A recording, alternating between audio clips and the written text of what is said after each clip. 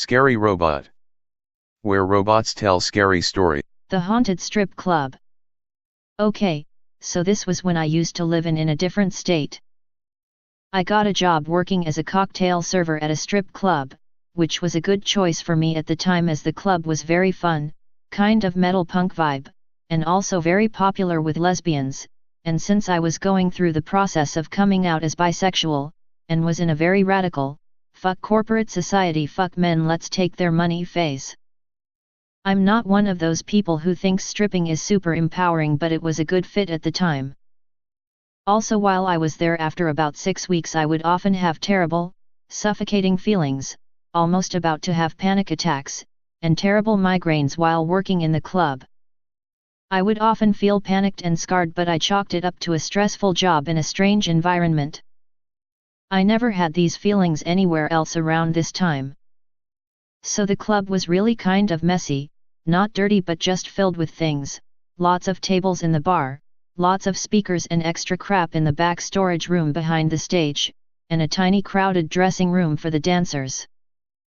Behind the stage there was kind of a storage room area that had several dressers and mirrors put in, as well as an old comfy couch in case the dancers wanted to use it as an extra dressing room, or a place to nap, but no one ever actually used it. This room gave me the worst, suffocating, panic-inducing vibes of all, and I had no explanation for it. So I would often be at work until 4 a.m. or later. Since I didn't have a car, public transportation wasn't running, and it was in kind of a sketchy neighborhood. I would wait until one of the dancers was done for the night and she would drop me off at home. This was often after my own shift ended. When I first started working I would spend that extra time trying to do side work, clean and straighten up like a good employee, but after a while I would often just hang out in the back room studying, since I was also in grad school at the time. Until when I started completely freaking out in the back room, and when I would leave to go sit up at the bar or in the dancer's dressing room, the feeling would mostly go away.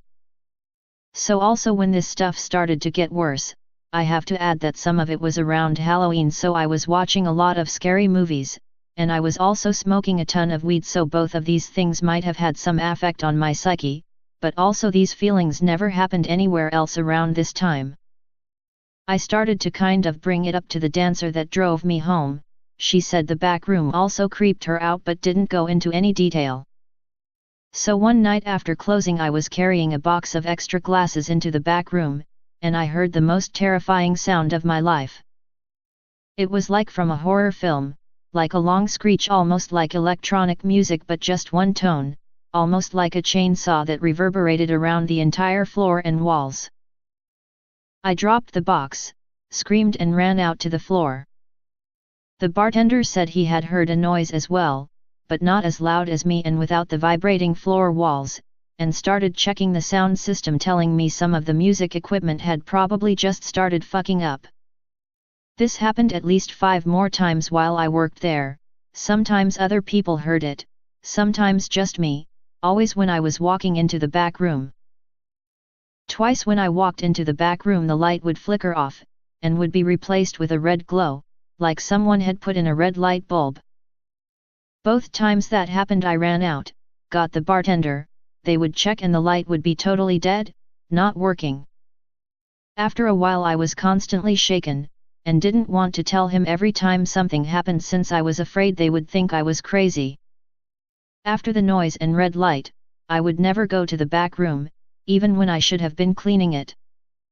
One time I was standing in the hall between the dancer's room and the back room, half-heartedly sweeping the floor and staring into the back room. I was starting to feel the panic in my chest, and I kept telling myself to look away and look into the dressing room, but I couldn't stop staring, like I was transfixed, and in the corner of my eye I saw a reflection in the mirror set up leaning against a dresser in the back room.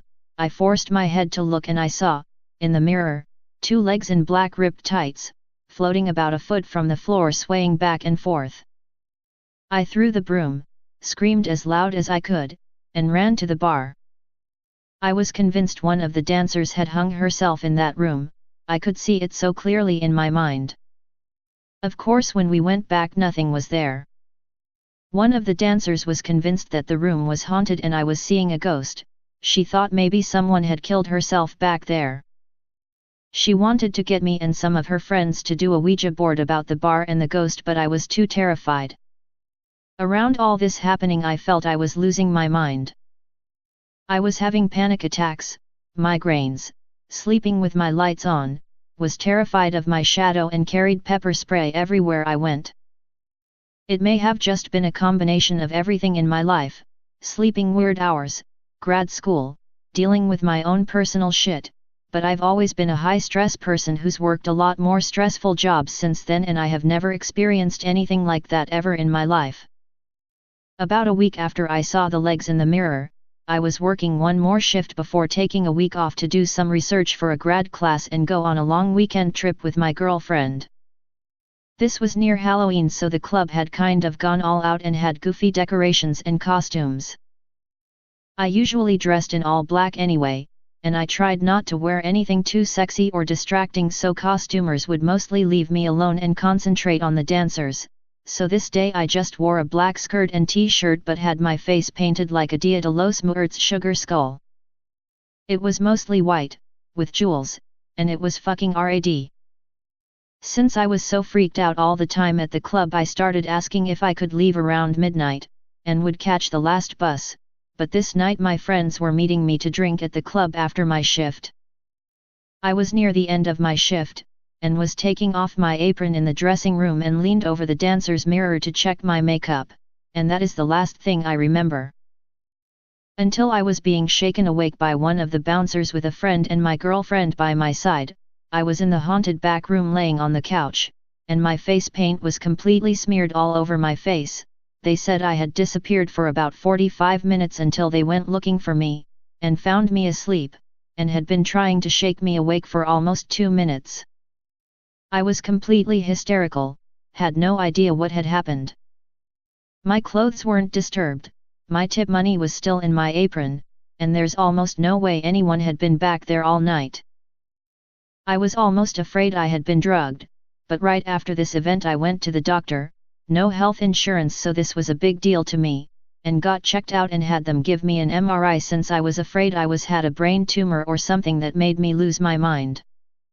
They suggested I speak to a psychologist. After that night I had to quit the job and never went back. Besides those horrible events, I loved working there and made a lot of friends, but I absolutely lost my mind. And once I left I never felt any of those feelings or saw anything like that ever again. By Dinosaur Dance Party. Thank you for watching. If you like the video, give it a thumbs up. Subscribe for more scary stories told by robots.